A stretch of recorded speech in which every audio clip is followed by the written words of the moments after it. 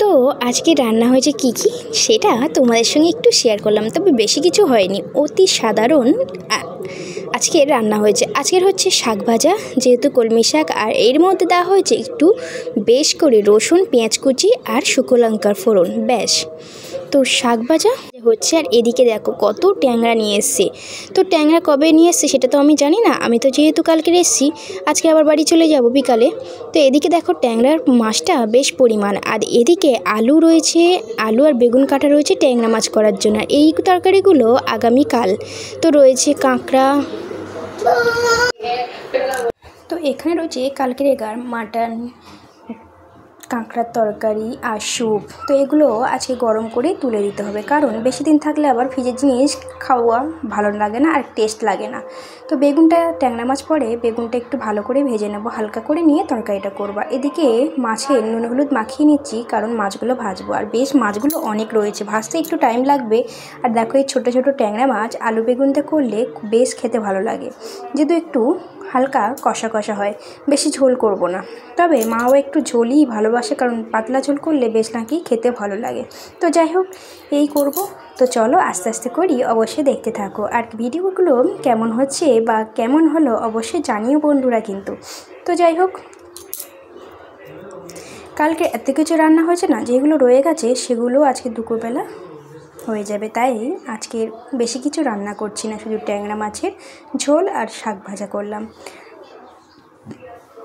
আর এদিকে দেখো মাছের পরিমাণ এতই যে মাখাতে একটু অসুবিধা হচ্ছে, যেহেতু বাটিটা একটু ছোট নিয়ে নিয়েছি, আর ট্যাংরা মাছগুলো ছোট, কিন্তু এই ট্যাংরা মাছগুলো সেই স্বাদ, কিন্তু যারা খেয়ে থাকো তো তারাই জানো। আর এদিকে দেখো এক হাতে যেহেতু মোবাইল, তো এক হাত দিয়েই কলটা আস্তে আস্তে করে ঘুরিয়ে হাতটা ধুয়েও নিলাম। তো যাই হোক, এবারে শাকটা তুলে নেব, যেহেতু শাকটা ভাজা হয়ে গেছে। আর এদিকে শাক ভাজতে গিয়েই কড়াটা গেছে পুড়ে, কিছু ব্যাপার না, শাকটা তুলে নিয়ে একটু কড়াটা ধুয়ে নিলেই হয়ে যাবে। তো এদিকে এবার শাক তুলে নিয়ে দিয়ে দেবো তেল, যেহেতু মাছগুলো ভাজতে হবে, আর একসঙ্গে অনেকগুলোই মাছ দেবো, যেহেতু ভাজতে একটু লেট হবে। আর ট্যাংরা মাছ কী বলো তো, কড়াতে খুব একটা লেগে যায় না, যার জন্য ভাজতে সুবিধাই হয়। আর দেখো ভাজার সময় বেশ সরা আর কি সুন্দর লাল লাল হয়ে থাকে। তো যাই হোক, মাছগুলো একটু ভালো করে সাইড করে দিলাম, যাতে সব কটাই মাছ বেশ ভালোভাবে আর ভালো রকমভাবে যাতে ভাজা হয়ে যায়। তো জানি না, তবে ভয়ে দিলাম, যেহেতু ভালো ওঠে ভালো, আর যদি একটু ভেঙে যায় তো আমার আজকের গদ্দান যাবে, কারণ মা বাবা মাছগুলো অনেক শখ করে কিনে নিয়ে এসছে। তো যাই হোক, অনেক কষ্টসৃষ্ট করে মাছগুলো সবই আস্ত রয়েছে, আর বেশ ভালোভাবেই ভাজা হয়েছে।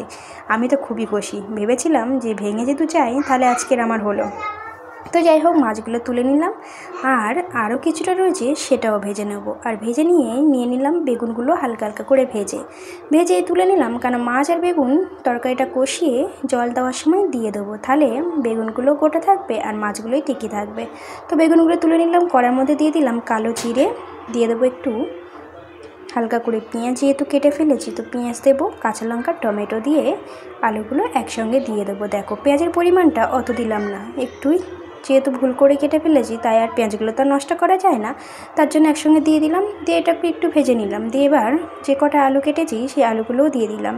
তো যাই হোক, অনেক কটা মানুষ, তাই বেশি কিছু একটা খুব আয়োজন হয়নি। আর এদিকে দেখো আলুগুলো দেওয়ার পরে কী কী মশলা দিয়েছি সেটা তোমাদের আর দেখানো হলো না, যের জন্য বলেও দিলাম, মানে বলে দেব।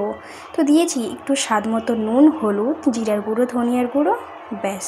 আর কিছু কোনো মশলা নেই, কোনো গুঁড়ো লঙ্কাও ব্যবহার করলাম না, কারণ কাঁচা লঙ্কাই বেশিরভাগ আমাদের তরকারি হয়। তো চলো, ভিডিওটা কেমন লাগলো অবশ্যই জানিও বন্ধুরা, সবাই ভালো থেকো, সুস্থ থেকো, নেক্সট ব্লগে